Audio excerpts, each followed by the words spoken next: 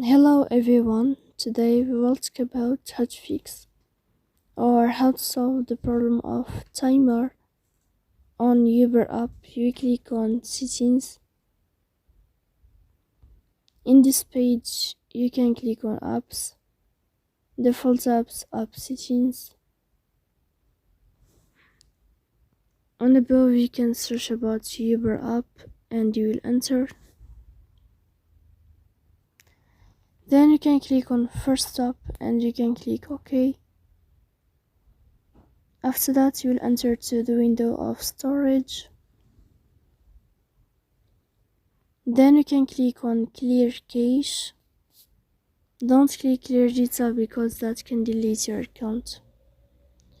So please don't forget to support us by like and subscribe. See you next time in another video.